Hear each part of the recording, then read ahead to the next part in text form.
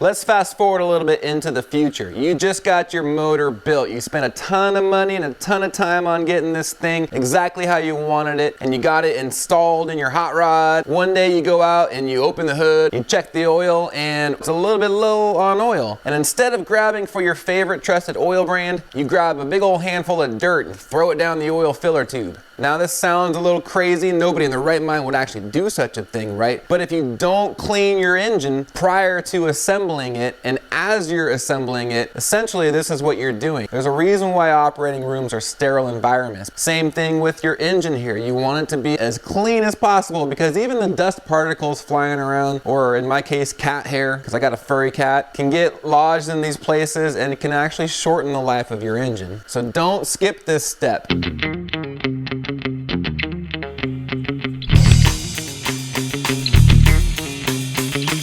We got our block back from the machine shop. I had them bore it 20 over. They installed the pistons for me. They balanced the crank. Everything should be good to go. But even though they clean these parts, there is a lot of residue on there from the oils and the solvents and stuff that they use. So here are some of the cleaning products we're going to use. You've got brake cleaner, which is a great solvent to use on metal parts. You've got carb cleaner, which is used for fuel system stuff like throttle bodies and that sort of stuff. You've got the electrical connection cleaner, which we probably won't use in this video since we're just focusing on the engine block, but this is what you would use for any electrical terminals. Then you've got WD-40, which is a great lubricant. It also works really well as a cleaner, and so does transmission fluid. Automatic transmission fluid has a detergent in it, and this works really well for things like cylinder walls, anywhere you're going to actually put oil. And then you're also going to want some mineral spirits because it works really well for breaking down wax and grease or anything from your fingerprints, and it evaporates. You only want to use any of the oil-based cleaners, especially on your internal engine parts. You don't want to use anything water-based, so no Simple Green or any kind of the engine degreaser, nothing like that. You're also going to want to get some lint-free rags because as you're cleaning internal engine components, you don't want to be leaving behind lint or, again, cat hair. It's everywhere. Thanks a lot, Furry Murray. So you can use these shop towels, but these tend to fall apart, especially if you're using things like mineral spirits or brake cleaner or anything like that. So I recommend using a fresh, brand new, clean terry cloth, which you've run through the washer. You also want a blowgun of some type to blow out small crevices and oil galleys, water coolant passages, preferably one that's plugged into a compressor.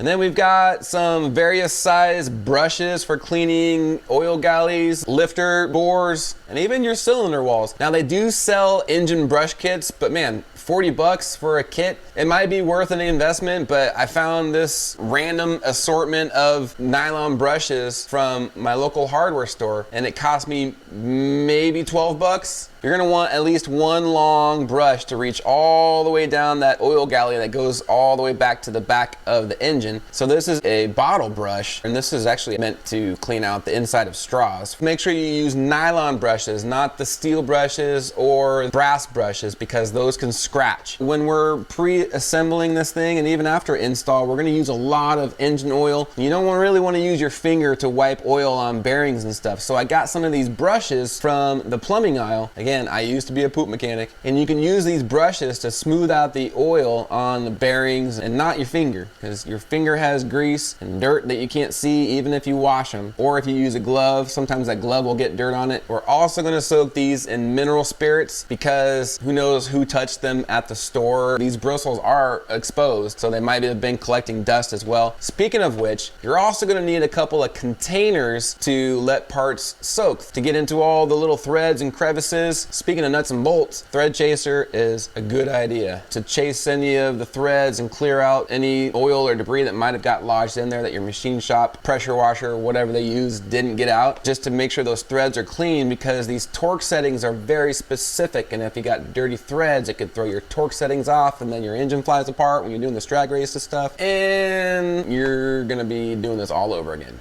You're also going to want to clean your tools. Let's face it, these things get dirty, especially your sockets. So this is where you would want to use your Q-tips to get into all those crevices, especially on your 12-point sockets. Any tool you're using, just make sure it's clean, because again, we're going for as sterile an environment as possible. I mean, I even swept the floor. I used the air hose to kind of blow it out. And that was a couple of days ago, so now all the dust is settled again. And I wiped down all the bench surfaces. You can cover them with paper, whatever you want to do. They just have to be clean. So I'll probably be cleaning these several times, especially in this old shop where dust seems to come out of nowhere. You just want to constantly be thinking clean, clean, clean. Clean the parts as you put them on. Clean them after you put them on. Clean, clean, clean. And you're also going to need a big old persuader. For what? But it seems like you always need a big hammer for something. And of course, safety glasses, respiratory stuff. So you don't want to kill your eyes or your lungs, because you only get one set for the whole span of your life, and you got to make it last. And last but not least, you want to make sure that you are clean. So if you have a furry Murray, make sure you use a lint roller to get all that cat hair off of you. It's also a good idea to use gloves because you want to keep your hands clean, but car chemicals are really bad for your skin. Ask me how I know. And when you're looking this over, you want to look for any flaws, anything the machine shop might not have gotten right. Checking out all the cylinder bores, making sure you don't see any visible signs of damage or anything like that. Down into the lifter bores. One thing I did notice, they installed this oil galley barbell. I did not ask them to do that. I don't know why they did that, maybe for cleaning purposes. I'm not really sure. They also put this freeze plug in down here. Really one of the only freeze plugs on this block. There's some rust built up around this spot here that the gasket sits for the water pump on both sides. The machine shop didn't take that off. They'd have to take a whole lot of the surface off in order to get that down to flush. So we'll flip this thing over and take a look at the underside. See this right here? This is a perfect example of the residue left over from the machine shop. And this is why you want to clean your engine, because stuff like this is all over this thing. Oil is the lifeblood of your engine, and if anything is loose floating around anywhere, got caught anywhere, and then it all bunches up like a clogged artery, it'll stop your oil flow, and then again, you're screwed or bolted, whichever adjective you prefer.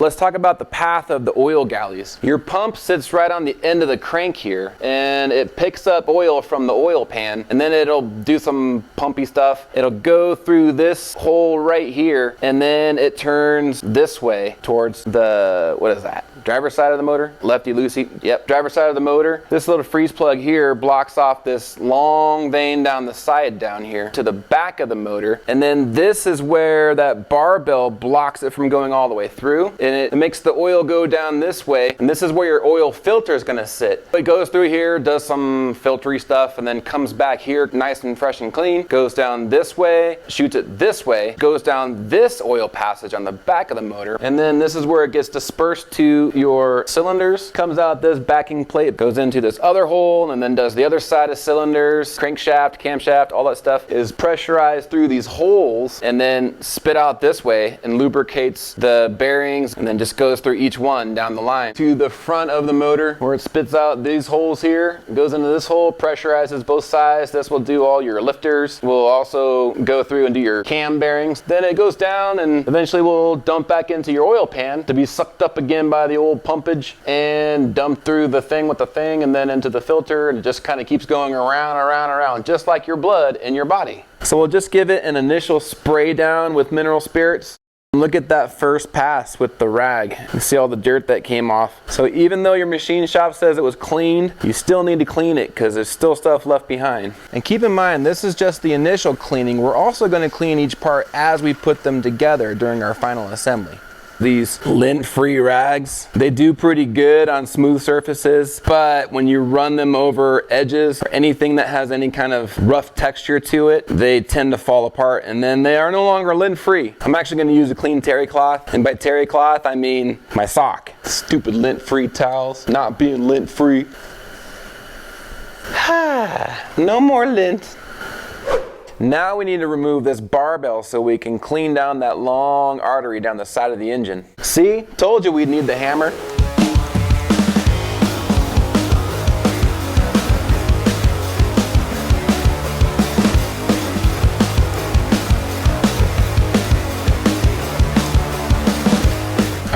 just tried to be nice. Now you're gonna get it.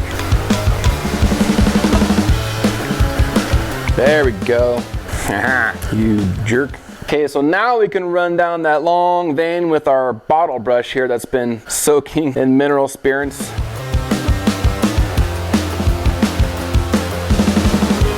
Reason number 134, point B of why you want to do this. As I ran that brush through those little tiny galleys that oil both the cam bearings and the crankshaft bearings, look at all the oil that came out of there. Now that could be residue left over from machine shop cleaning. You never know, maybe there might be metal flakes down there from all the machining as well. So clean, clean, clean.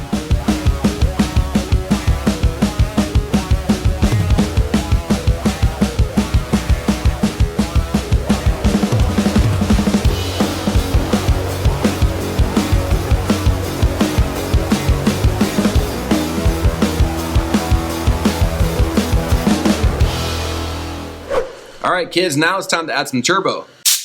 We're gonna blow out all the oil galleys and all the water passages.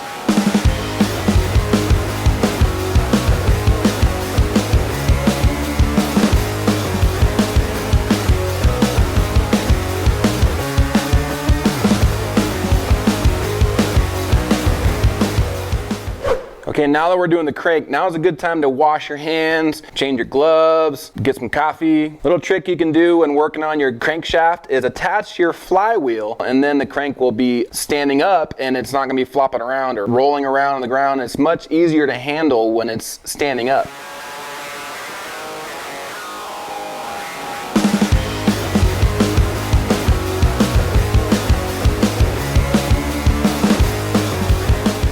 You're going to especially get down in all these little oil passages. You want to make sure that those are good and clean. So we'll use our small brush again for that.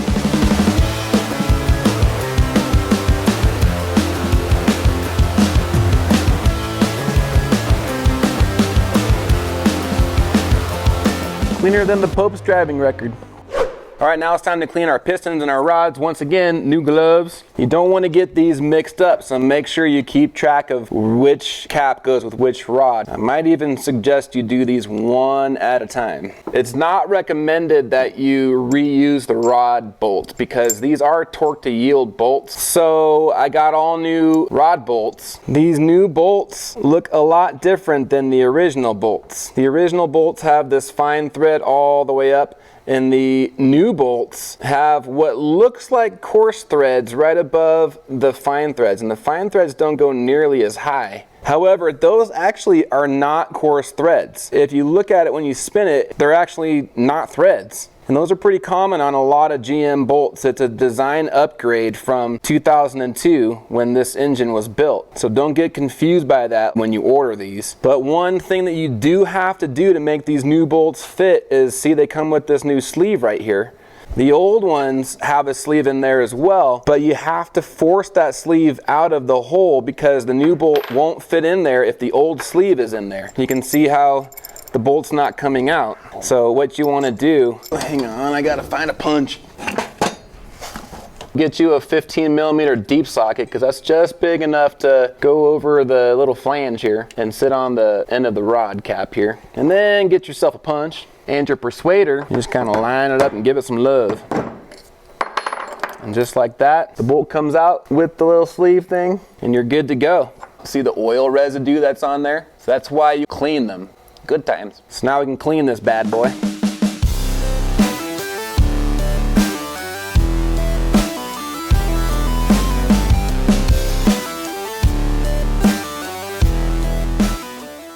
Now you'll also want to clean out the holes that the bolts will go in, and it's really tempting to stick a tap down there and thread it out with a tap, but the problem with that is anytime you run a tap, even if it's the same as the size of the hole, you're cutting new threads, and you don't want to do that because these are very specifically torqued. So the best way to clean these threads out is with a nylon brush. You can chalk this up in a drill if you want, or you can just do it by hand. That is all you need to clean these threads out. If you've got a ton of gunk in there, then I would have a strong conversation with your machine shop guy.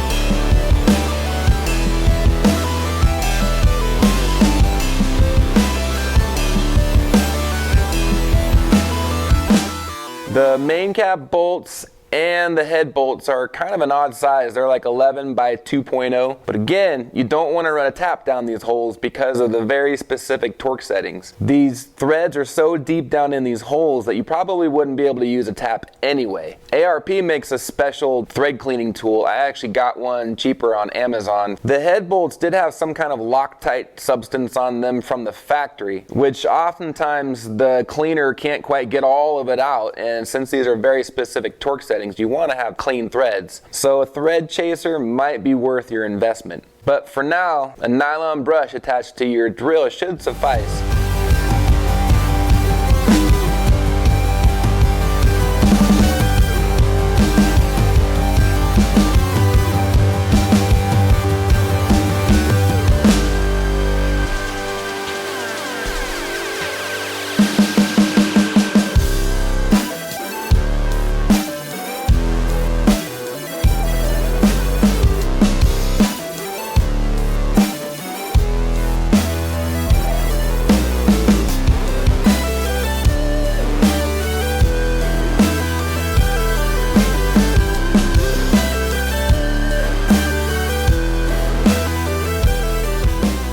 And that's basically it as far as the main components for the engine goes. A lot of the little stuff we'll clean along the ways, and again, we'll clean the surfaces down as we're building it. Now is the time to do the pre-assembly, and that's where all the fun stuff happens. If you're gonna pre-assemble in the next day or two, then you're probably fine. If you're gonna wait like a week or a month or any longer than that, all of those internal components, especially your journals on your crankshaft, the cylinder walls, anywhere where just the moisture in the air could cause rust, you're going to want to coat them with like WD-40, or the automatic transmission fluid would work really well for that. So then after you grease it down, make sure you cover stuff with bags or wrap it with the cellophane wrap. You just want to make sure that all that cleaning you just did, you're not going to have to do it all over again a month from now. That's going to do it for this video. Appreciate you guys watching this. Thank you so much. Make sure you like, subscribe, and I'll see you on the next one.